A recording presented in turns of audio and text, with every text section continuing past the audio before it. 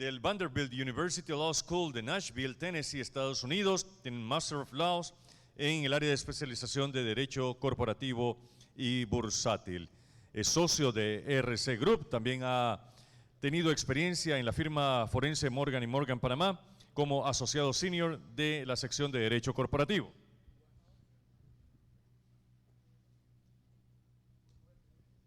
Igualmente, en la misma firma forense de Morgan & Morgan Panamá como abogado asociado y abogado junior en la sección de Derecho Inmobiliario. También ha participado en otras empresas como Paralegal, Instituto de Defensoría de Oficio del Órgano Judicial de Panamá y la firma forense Varela Cardenal y Asociados. Damas y caballeros, demos la bienvenida a nuestros expositores, que son el preámbulo del gran cierre de este Congreso Tributario 2022. Fuerte el aplauso para el licenciado Pablo Manuel Epifanio Pérez y el licenciado Adolfo Campos Barranco. Adelante. Muy buenas tardes. Nuevamente un placer, un honor estar aquí en una nueva versión del Congreso Tributario Nacional que organiza el Colegio Nacional de Contadores. Como todos los años, siempre es el interés de traer un tema novedoso, un tema práctico y sobre todo que está en boga. En esta ocasión me acompaño de mi socio y buen amigo y colega Pablo Epifanio, a quien ya presentaron, y vamos a ver sobre las revisiones prácticas en materia corporativa y tributaria sobre las sociedades de inversión inmobiliaria.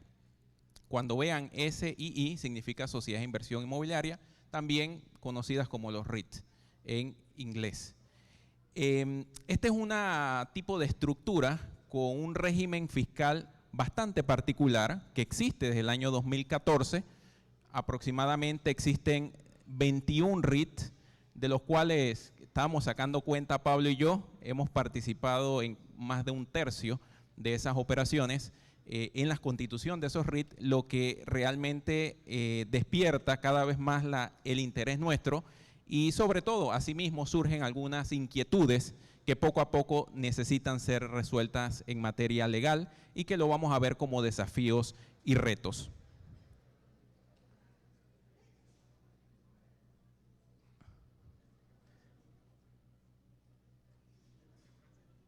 Vamos a esperar que entren todos.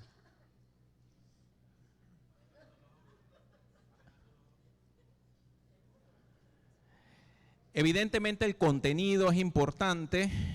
Nosotros, primeramente un marco regulatorio, son aproximadamente unas 4 normas. Esto inicia con la ley 27 del 4 de mayo del 2015, modificando el artículo 706 del Código Fiscal. Igualmente se modifica el decreto ejecutivo 170 de 1993 a través del decreto ejecutivo 199.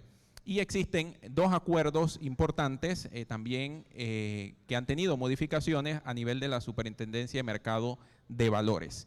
Igualmente vamos a ver los aspectos corporativos, los hemos listado como lo ven ustedes en pantalla, y vamos a tratar las consideraciones tributarias prácticas y por último nuestras conclusiones y desafíos que este régimen y este tipo de estructura está trayendo actualmente dentro del mercado de valores y a nivel tributario.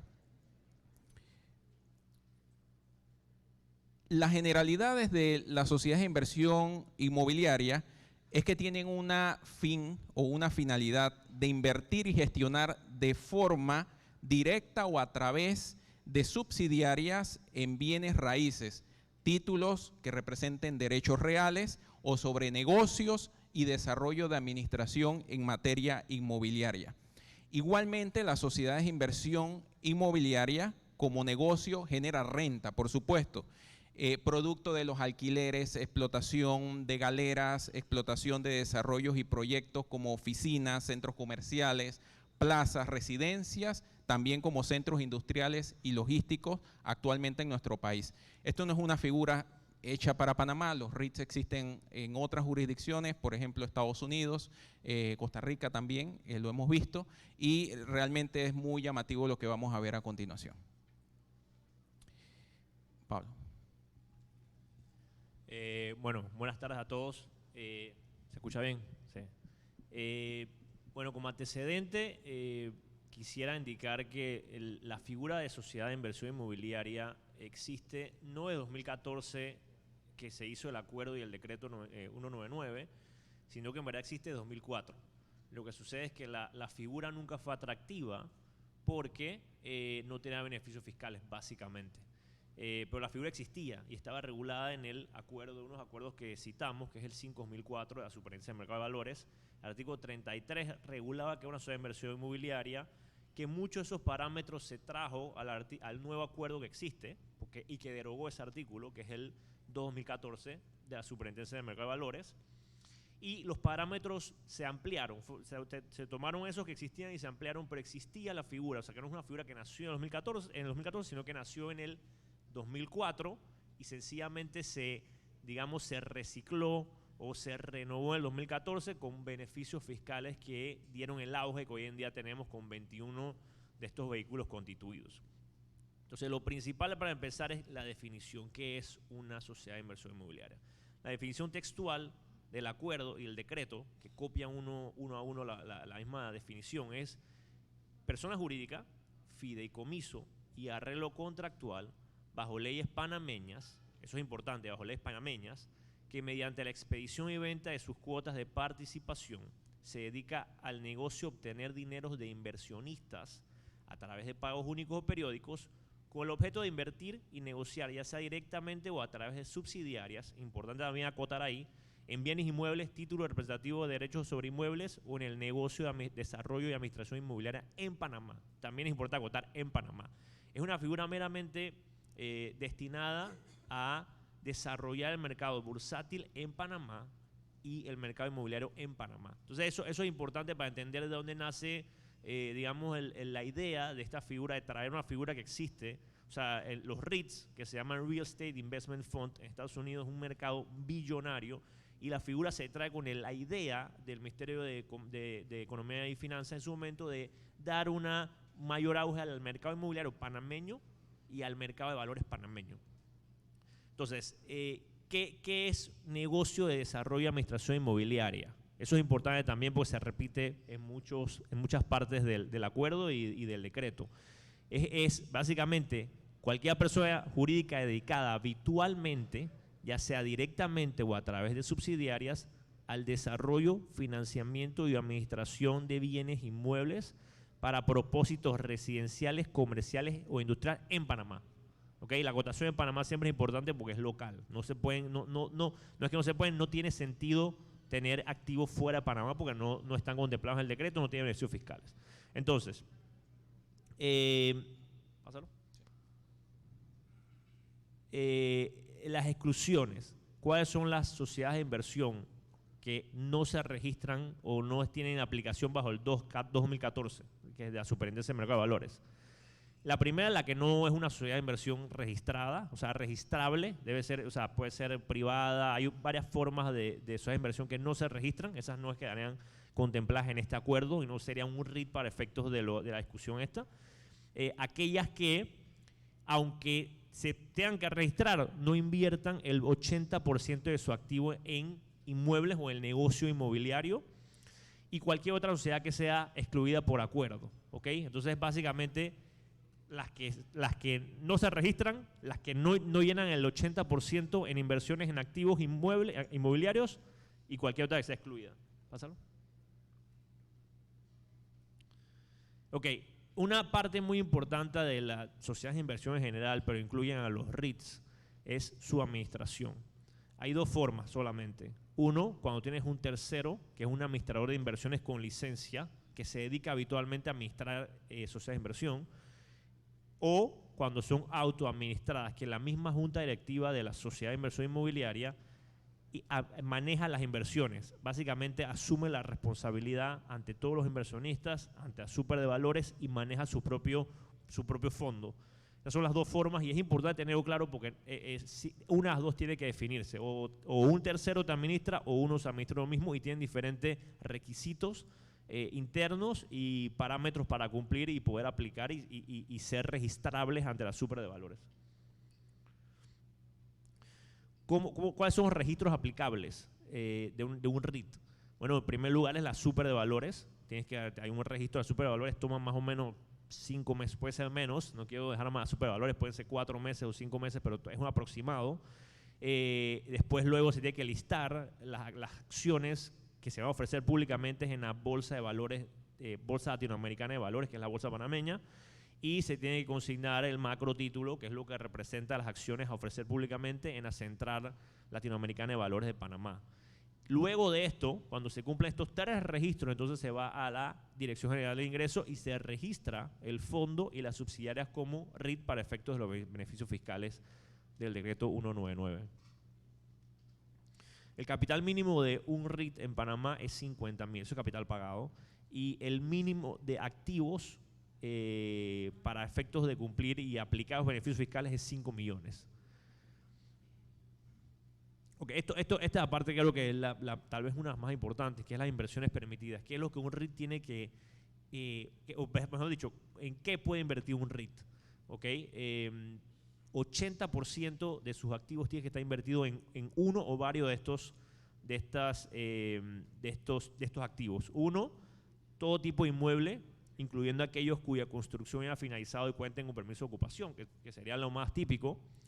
También el punto 2, aquellos bienes inmuebles que estén en fase de construcción o en planos con permiso de construcción, o sea que es bastante abierto. Aquellos bienes inmuebles que no cuenten con un anteproyecto, aunque ese tiene un sublímite de 20%, o sea es el máximo que se puede invertir en este tipo de activos. Opciones de compraventa y promesas de compraventa de bienes inmuebles, siempre que el vencimiento de dichas opciones y promesas no supere el plazo de 3 años y que los correspondientes contratos no contemplen restricciones a su libre traspaso. Este numeral específico viene del acuerdo inicial 2004 y se mantuvo, nada más que se incluyó un límite hasta el 20%. Este es el máximo, 20% es el máximo que se puede invertir en este tipo de activos en un REIT. Títulos valores públicos o privados que gocen de garantías reales emitidos por empresas que se dediquen al negocio de desarrollo y administración inmobiliaria. Importante que esté garantizado, no son títulos sin garantía, son títulos garantizados. Cualesquiera inversiones que otorguen derechos reales sobre bienes inmuebles, derechos sobre bienes inmuebles derivados de concesiones, importante. Creo que hasta ahora no conozco un REIT que tenga esta inversión en concesiones, pero está permitido, que permitan realizar el negocio de desarrollo y administración inmobiliaria, y acciones y cuotas de participación de otras REITs, de otras sociedades de inversión inmobiliaria que estén emitidas y sencillamente se llama fondo de fondos, donde un REIT se dedica a comprar acciones de otros REITs. Entonces también es permitido ese tipo de actividad. Solamente estas 8, no se puede ninguna que no sea estas 8, por eso se denominan actividades permitidas, pues solamente son las 8 en donde 80% de activos tiene que estar invertido en este tipo de activos. Entonces, es importante que el acuerdo de la superintendencia establece que los REITs no pueden explotar otros negocios o servicios en los bienes inmuebles integrantes de su activo aparte de arrendamiento. Es el único servicio que se puede explotar. Así, eso es bien importante porque la pregunta clásica que nos hacen es, oye, ¿puedo hacer estos servicios que hago en mi inmueble? No, solamente arrendamiento es lo único que se considera para efectos de REIT. Las inversiones permitidas, que son estas que acabo de decir, los 8 puntos que acabamos de leer, deberán valorarse con avalúos por compañías evaluadoras y una vez al año. O sea, todos los años tienen que evaluarse para efectos de ver los valores de esos y sacar el valor neto por acción. Ok, el 20% de diferencia del 80% que acabamos de ver, el 20% la sociedad de inversión inmobiliaria puede invertidos en esto. Básicamente son inversiones seguras, cuentas de ahorro, plazo fijo y con bancos de grado de inversión o en valores con grado de inversión. O sea que lo que quiere decir es que hay un 20% que la superintendencia dijo como un colchón donde va a ser solamente inversiones seguras y no hay básicamente mayor riesgo este 20%. El 20% que te sobra, porque también puedes invertir el 100% en las actividades que listaste. Así. Exacto. Ok, entonces, ¿qué pasa si no cumplo con estas inversiones? Hay tres digamos, permisos, hay 3 excepciones al cumplimiento de esas inversiones, porque ese 80% tienes que mantenerlo en todo momento, ¿verdad? Entonces hay 3 situaciones en donde ese 80% puede bajarse y está permitido. Durante su primer año de operación, o sea, si constituye un REIT, ahorita tengo un aniversario de gracia donde no tengo que tener el 80% de una vez. La idea es que hay un periodo de gracia para que uno pueda estructurarse, meter los activos y a ese 80% al final de ese aniversario. Así que esa es la primera excepción. La segunda excepción es cuando la sociedad de inversión inmobiliaria decide: voy a vender este inmueble o este activo inmobiliario, y como causa de esa venta, obviamente baja ese porcentaje a 80%. Y la tercera, cuando el valor de mercado de la cartera de 80%, de esos activos que componen el 80%, disminuye, y entonces obviamente hace que se baje el porcentaje de sus activos invertidos. Y en las últimas dos, que no es el primer aniversario, en las últimas dos hay un solo requerimiento, y es que no pueden invertir en más inversiones incidentales. O sea, no puede invertir en cuenta de ahorro, ni plazo fijo, ni en valores con grado de inversión, hasta que cumpla primero con el 80%. Tiene que volver a llegar al 80% para después volver a invertir el 20% sobrante, como dijo Adolfo, en inversiones de bajo riesgo. Todo REIT tiene reportería clásica al mercado especialmente y a los reguladores. En el caso de la sociedad de inversión inmobiliaria, tiene que presentar estados interinos refrendados por CPA en un plazo de 2 meses luego de la conclusión del primer semestre, y estados financieros auditados por CPA en un plazo de 3 meses luego del periodo fiscal. O sea, eso es la reportería clásica financiera de un REIT. Los registros. Las sociedades de inversión inmobiliaria que no están incluidas en la aplicación deberán ser registradas como tal ante la Superintendencia de la Bolsa de Valores de Panamá, que es el primer registro.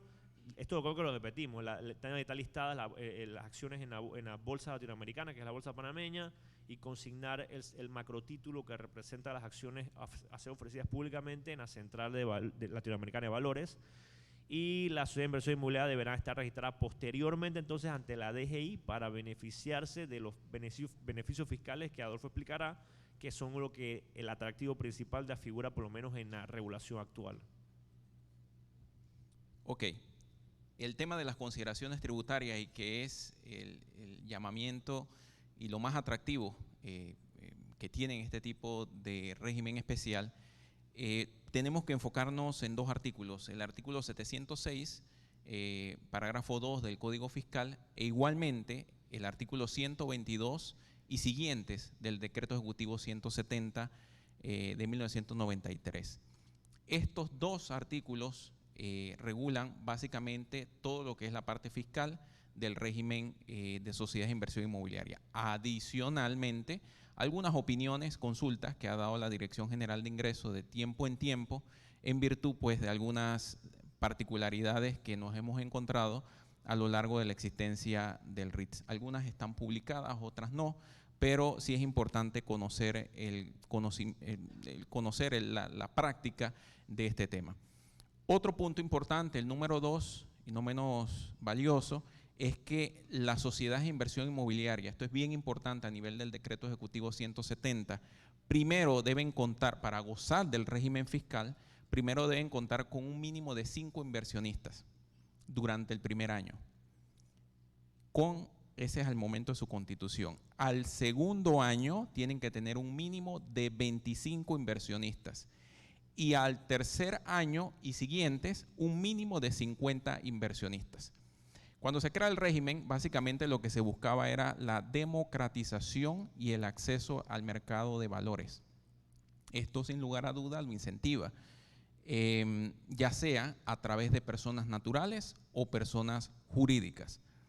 Si esto no se cumple, existen sanciones y se pierde totalmente el régimen tributario de beneficio. La propiedad, para propósitos de este requerimiento, se basa en la propiedad efectiva, es decir, de las cuotas de participación o las acciones de la persona jurídica constituida como una sociedad de inversión inmobiliaria. Y voy a acotar un momento aquí porque la DGI emitió una opinión, yo creo que no es pública, pero emitió opinión en donde analizó este requerimiento de 5, 25 y 50 y definió correctamente que la propiedad efectiva se basó en lo que dice la ley de valores, que para efectos de o sea, por ejemplo, una persona jurídica, para efectos de ver si los accionistas o los que están atrás de una persona jurídica son inversionistas y cumplen con estos 5, 25, 50, tienen que tener 3 requisitos. 1, que tengan derecho a voto. 2, que reciban rendimiento de las acciones que tengan de la persona jurídica. Y 3, que tengan el derecho a recibir el producto de la enajenación de esas acciones de que son titulares. Entonces, la pregunta clásica es, oye, ¿puedo tener compañía? Sí, puedes tener compañías, pero tienes que pasar el test. Ese test que tienes que tener esos 3 requisitos para entonces aplicar y tener la propiedad efectiva y entonces que una persona jurídica consolide, por ejemplo, 5 inversionistas atrás. Sí, los derechos políticos y económicos. Y como decía Pablo, estas cuotas de participación, acciones, deben ser acciones con participación nominativas, ya sea a título individual de personas naturales o personas jurídicas, con esta revisión que precisamente la Dirección General de Ingresos le indicó en una consulta. Un tercer punto dentro de los elementos tributarios es que las sociedades de inversión inmobiliaria y subsidiarias deben tener como política la distribución a los tenedores de las cuotas o acciones de participación en no menos de un 90% de la utilidad neta del periodo fiscal. El decreto 170 define qué es una utilidad neta y eso genera algunos conflictos que más adelante vamos a hablar sobre los desafíos. Y me permito leerla. Utilidad neta del periodo fiscal es la diferencia o saldo que resulta al deducir de su renta bruta o ingresos generales los ingresos de fuente extranjera, los ingresos exentos y o no gravables, así como los costos, gastos y erogaciones deducibles determinadas con base a las normas internacionales de información financiera ONIF. Un clásico texto muy parecido a lo que tenemos hoy en día dentro del Código Fiscal y también el Decreto Ejecutivo 170. Otro elemento importante a nivel tributario detallado en el Decreto 170 es que se debe registrar ante la Dirección General de Ingresos. Este es el último paso. Después que hemos pasado el tema de la superintendencia, aprobación de prospecto, tenemos que ir a registrar ante la Dirección General de Ingresos la sociedad principal y las subsidiarias que cuelgan de esa entidad principal. Es bastante rápido siempre y cuando presente los requisitos que están detallados dentro del Decreto Ejecutivo 170 en el artículo 122B para los que anoten, y allí van a encontrar los diferentes requisitos que son aproximadamente unos 6 o 7 y no los abrumo con leerlos o revisarlos, básicamente para que los ubiquen. E igualmente aquí es donde viene el tema de los impuestos, la aplicación de las tarifas. Las tarifas aplicables, artículo 699, como sabemos, para las personas jurídicas y el artículo 700 para las personas naturales del Código Fiscal. Son las tarifas que aplican. Sin embargo, quedando la sociedad de inversión inmobiliaria registrada obligada a hacer una retención a los accionistas o personas que poseen las cuotas de participación del 10% del monto distribuido al momento de realizar la distribución de las utilidades, en concepto de adelanto de dicho impuesto. Y viene la parte interesante. Y deberá remitir a la Dirección General de Ingresos entre los 10 días siguientes a la fecha en que se haga cada distribución. Algunos dirán, ¿eso es dividendo? No, es un régimen especial de impuestos sobre la renta. Y dice también la norma que este monto retenido, el contribuyente, en este caso, podrá optar por considerarlo como el impuesto sobre la renta definitivo a pagar sobre el monto distribuido. Entonces, si estamos hablando de una persona jurídica, dueña de las acciones, se está ahorrando un 15%. Y en el caso pues, de las personas naturales también hay un ahorro importante. Empezando pues, por el primer bracket de 5 puntos y después ya sube a 25, después de 50.000. Entonces sí hay un ahorro importante. En la práctica lo que ocurre es la retención del 10% en la fuente y listo. Ese es el impuesto considerado como definitivo. Ojo, eso genera algunos desafíos, unos retos que vamos a tratar al final también, al igual que lo que leí sobre el concepto de utilidad neta dentro del decreto 170. Un cuarto punto es que durante cualquier periodo fiscal en que no se efectúe la distribución a los tenedores de la cuota de participación en no menos del 90% de la utilidad neta, o que se efectúen distribuciones inferiores al mínimo establecido, la sociedad de inversión inmobiliaria quedará sujeta a la determinación de las rentas gravables tal cual establecidas en el artículo 699 de las personas jurídicas que conocemos en el Código Fiscal. Es decir, no le aplican ningún tipo de beneficio de considerar el 10% como renta definitiva bajo la retención que hizo a los tenedores de las acciones. Las sociedades de inversión inmobiliaria y subsidiarias no están obligadas a realizar la liquidación y pago del impuesto sobre la renta estimado siempre y cuando cumplan con todo lo que anteriormente hemos indicado. Y otro beneficio adicional es que no se le aplica a los RIT o a las sociedades de inversión inmobiliaria todo el régimen que se establece en el 701A, ni tampoco en el artículo 701E, en este caso de ganancia de capital de venta de bienes inmuebles como venta de valores. Simplemente sigue aplicando lo que es el régimen por las ganancias o las utilidades en base a las normas que le he señalado anteriormente.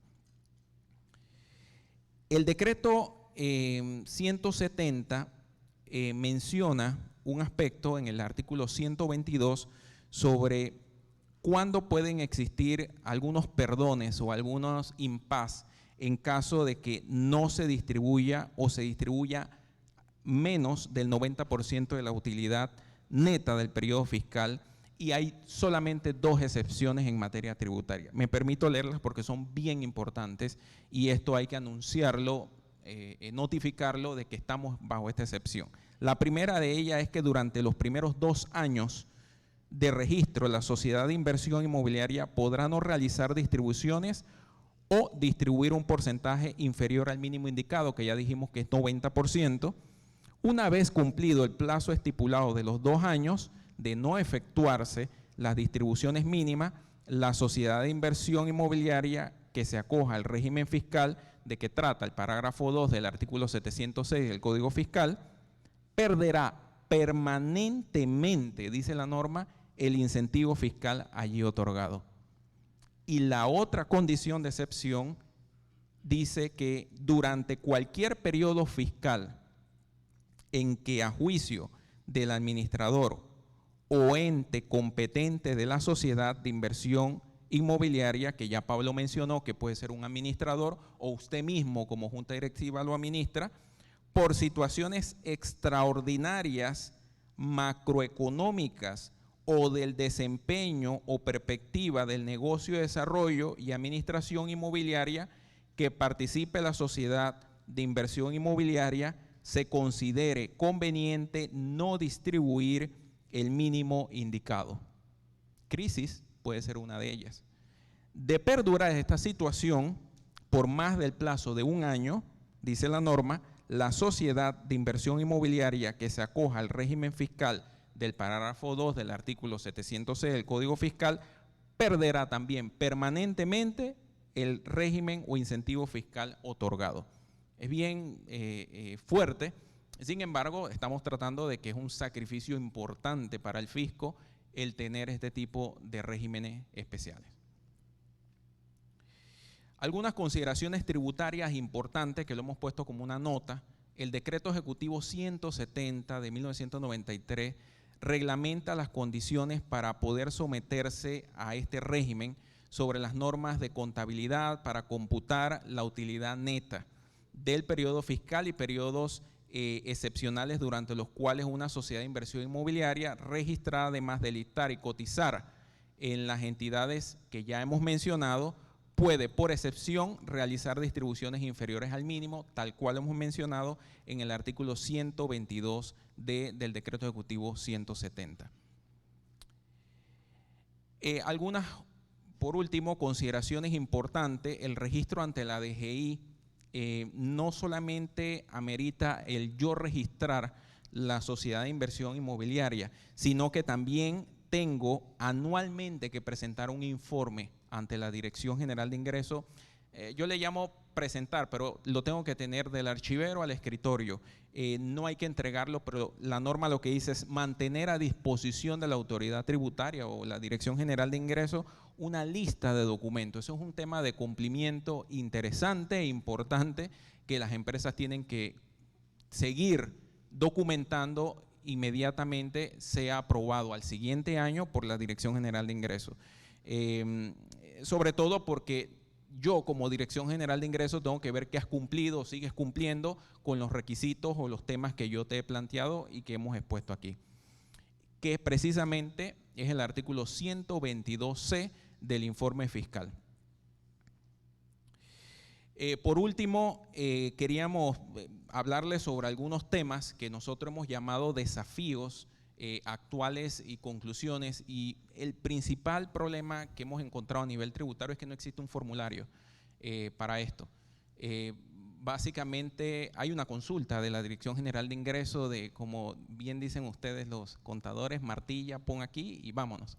Y no existe un formulario para liquidar esto al 10% sobre las utilidades netas del periodo, no existe. Entonces, hay una opinión que ha servido de cierta forma de ruta para poder hacer la liquidación del impuesto sobre la renta, que en este caso el 10% lo consideran como definitivo en casi todos los RITs que hemos tratado. Pablo, tenías otra también sobre el tema de la amortización. Sí, una falencia que tiene el decreto 199 es en la definición de utilidad neta. Cobra mucha relevancia cuando, por ejemplo, un RIT adquiere una deuda, porque los RIT, a diferencia de sociedades de inversión tradicionales, no tienen límite de endeudamiento. Entonces, una sociedad de inversión inmobiliaria puede endeudarse. En el caso que se endeude, echa para atrás la filmina para la parte del 90%. Para atrás. Es ahí, de ahí. Cuando se endeuda un RIT, ¿qué pasa? La utilidad neta, como está definido en el decreto, te incluye gastos, incluyendo el gasto financiero, que interés, pero no te incluye el concepto de amortizaciones de capital para efectos de deducirlo del 90% que hay que distribuir, lo que puede traer un tema de flujo. O sea, puede que, porque si no distribuyes el 90%, pierdes los beneficios fiscales, pero tienes que pagar el capital si tienes un esquema de pagos periódicos. Entonces, hemos ideado, esa falencia nos ha llevado a idear para los RITs que así tienen deuda o pretenden adquirir deuda, algunos mecanismos para efectos de cumplir con ambas cosas, con el capital, con el acreedor y con la distribución del 90% como la norma establece. Entonces, es un reto porque hay que verlo caso a caso, dependiendo de la deuda, del plan de pagos y otras cosas, pero es un tema de flujo efectivo y hay que ser creativos. Nos ha tocado ser creativos y hemos hecho consultas, hemos pasado las cosas y gracias a Dios están todos cumpliendo con las normas, pero es un reto importante esa falencia que lamentablemente en la definición de utilidad neta quedó excluido ese concepto de amortización de capital. Correcto. Y un último reto o desafío que también lo discutíamos nosotros es sobre el tema del cumplimiento. Ya lo leímos en el 122D del decreto 170, hay un listado que siempre se le exhorta a las personas, al inversionista, sobre todo cumplir en la parte administrativa, no descuidar eso por parte de la Dirección General de Ingresos,